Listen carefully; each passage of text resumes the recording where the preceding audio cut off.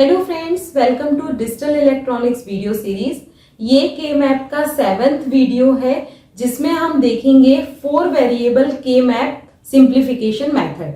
यानी अगर हमें कोई बूलियन एक्सप्रेशन इस टाइप से दिया हुआ है तो उसको हम के मैप की हेल्प से कैसे सिंप्लीफाई करेंगे और 4 वेरिएबल के मैप को हम कैसे सॉल्व करेंगे। ठीक है, तो अगर आपके पास कोई इस टाइप का बूलियन एक्सप्रेशन दिया है, जनरली इसी फॉर्म में आपको बूलियन एक्सप्रेशन दिए होते हैं, तो उसके लिए आपको कैसे सॉल्व करना है के मैप को और 4 वेरिएबल के मैप कैसे सॉल्व करना है वो आज अपन यहाँ देखने वाले हैं। ठीक है, तो सबसे पहले हमें कुछ स्टेप्स फॉलो करने पड़ेंगे इसको सॉल्व करने के लिए। जो स्टेप्स यहाँ पे दिए हैं ये स्टेप्स मैंने आपको 3 वेरिएबल के लिए भी बताए थे, तो स्टेप आपके बिल्कुल सेम है। सबसे पहले तो ये फाइंड करिए कि ये एक्सप्रेशन किस टाइप का है। तो ये एक्सप्रेशन आपका एसओपी फॉर्म में है। अब आप कहोगे कि आपको कैसे पता कि ये एसओपी फॉर्म में है कि पीओएस फॉर्म में है। तो अगर आपके इस फंक्शन में समेशन स्मॉल एम दिया है, ये हमें बताता है कि ये एक्सप्रेशन आपका एसओपी फॉर्म में है और ये आपके मिन टर्म दिए हैं। ठीक है, एसओपी के लिए हमारा जो फंक्शन होगा वो समेशन से रिप्रेजेंट किया जाएगा, समेशन एम 0 1 2 इस टाइप से। ये समेशन एम बताएगा कि ये हमारा एक एसओपी एक्सप्रेशन है और स्मॉल एम बताएगा कि ये हमारे मिन टर्म दिए हुए हैं।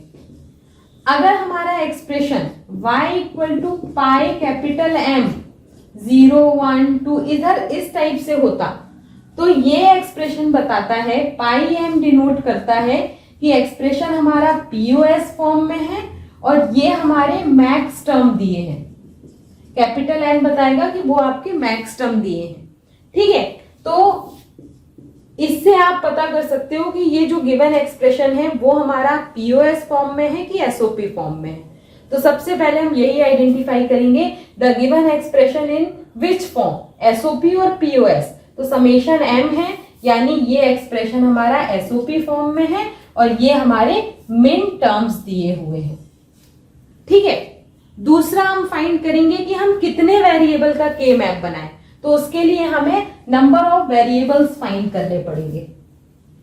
नंबर ऑफ वेरिएबल्स, अब ऐसे यहाँ पे ए बी सी तो नहीं दिया, यहाँ पे क्या दिया है, इसकी मिनिमम और मैक्सिमम मिन टर्म की वैल्यू दी है 0 to 15।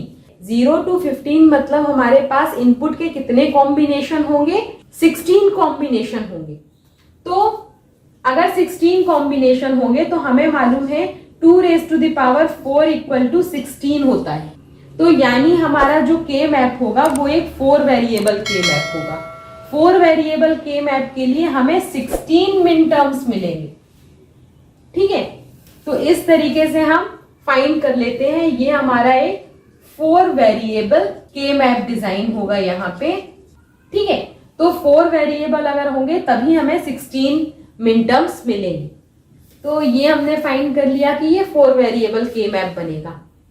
उसके बाद सबसे पहले आप 4 वेरिएबल का के मैप बना लीजिए। अब इस 4 वेरिएबल के मैप में कितने सेल होंगे, तो जितने मिन टर्म होंगे उतने ही सेल होंगे। 2 raised to the power 4 equal to 16 cells या 16 इनपुट कॉम्बिनेशन भी आप कह सकते हो। 16 सेल में हर सेल में एक इनपुट कॉम्बिनेशन होगा यानी 16 इनपुट कॉम्बिनेशंस। ठीक है, तो ये आ गया 4 वेरिएबल। हम ए बी सी डी ही हमेशा लेते हैं और आप जनरली देखोगे सारी बुकों में हर जगह ए बी सी डी ही लिया जाएगा। बहुत कम जगह होगा जहां एक्स वाई जेड ये सब लिया हो, ए बी सी डी का ही हम जनरली यूज करते हैं। तो ये 4 वेरिएबल के लिए के मैप है। ए बी के 2 वेरिएबल के 4 कॉम्बिनेशन 0 0 0 1 1 1 1 0। हम ग्रे कोड लिखते हैं, यहाँ पे बाइनरी नहीं लिखते। ठीक है, 0 0 0 1 1 1 1 0। सारे सेल के एड्रेस लिख लीजिए। एड्रेस कैसे लिखने हैं मैंने अपने प्रीवियस वीडियो में आपको बताया है। 0 1 2 3 4 5 6 7 8, 9, 10, 11, 12, 13, 14, 15। ये हमने अपने हर सेल के एड्रेस लिख लिए। ठीक है, ये एड्रेस आपको वर्बली याद होने चाहिए। ठीक है, फटाफट सेल के मैप बनाइए, अंदर जल्दी जल्दी एड्रेस फिल कर दीजिए, तो आपको के मैप सॉल्व करना बहुत इजी हो जाएगा। ठीक है, अब यहाँ पे देखिए एसओपी फॉर्म में हमें मालूम है 0 को हम कॉम्प्लीमेंट से रिप्रेजेंट करते हैं और 1 को नॉर्मल फॉर्म में रिप्रेजेंट करते हैं। तो यहाँ पे ये वेरिएबल इन कॉम्बिनेशन के अकॉर्डिंग लिख लीजिए, ए कॉम्प्लीमेंट बी कॉम्प्लीमेंट, क्योंकि ये दोनों 0 हैं, a complement b, a b और ए बी कॉम्प्लीमेंट। इसी तरह यहाँ पे भी सी डी, क्योंकि ये हमारे सी डी की वैल्यू है। ठीक है, 2 इनपुट के 4 कॉम्बिनेशन होते हैं, जैसे आप ट्रुथ टेबल बनाते हो ए बी, तो ए बी 2 इनपुट के 4 कॉम्बिनेशन हुए, लेकिन इनको हम ग्रे कोड के फॉर्म में यहाँ पे लिखेंगे। ये हमारा बाइनरी फॉर्मेट है, ये नहीं चलेगा। ठीक है, अब ग्रे कोड में क्यों लिखेंगे वो मैंने अपने प्रीवियस वीडियो में डिटेल में बताया है। अब ये हो जाएगा सी कॉम्प्लीमेंट डी, ये सी डी और ये सी डी बार या कॉम्प्लीमेंट।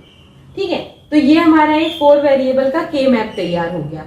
अब इसकी फिलिंग करनी है according to the given min term. Given min term के अकॉर्डिंग इसकी फिलिंग करनी है आपको।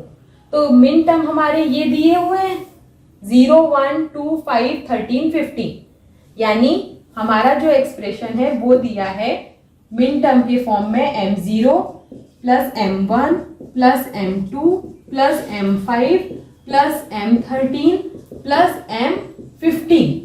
तो अब हमें मालूम है मिन टर्म का जो नंबर होता है वो हमारे सेल के एड्रेस के बराबर होता है, यानी m0 और ये 0 एड्रेस, m1 1 एड्रेस, दोनों हमारे सेम होते हैं। तो जो जो नंबर दिया है वहां वहां आपको 1 लिखना है।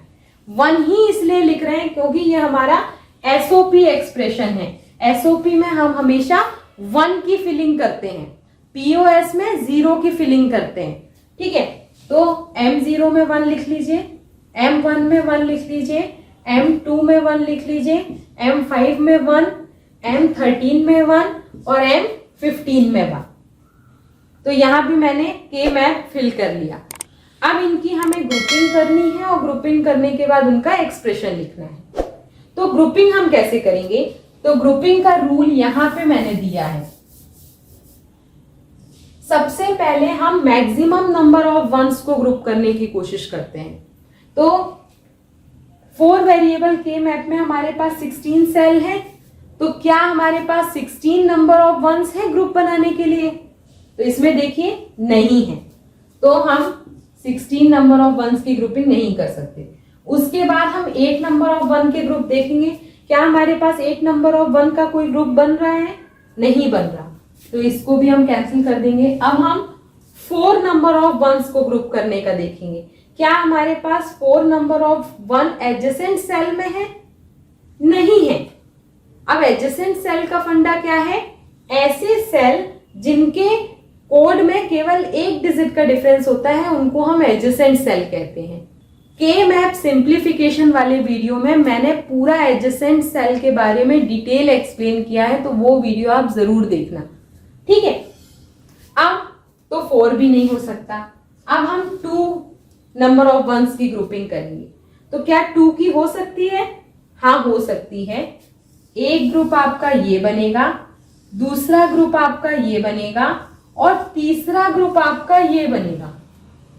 हमारे सारे 1 की ग्रुपिंग हो गई।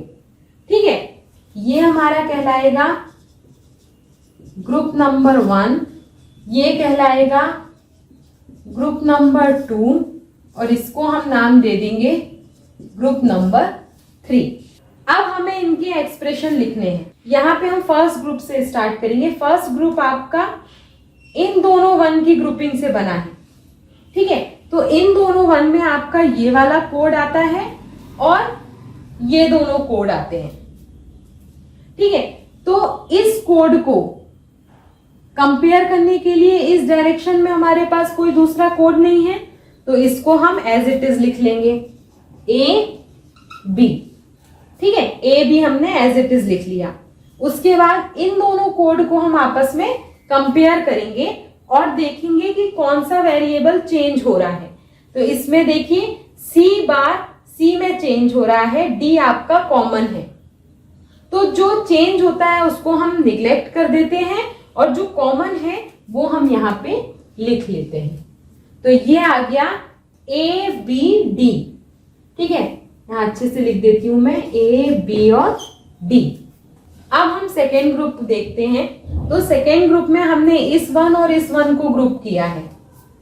इन दोनों में आप देखिए ये वाला कोड इन्वॉल्व है और ये दोनों कोड इस डायरेक्शन के इन्वॉल्व है।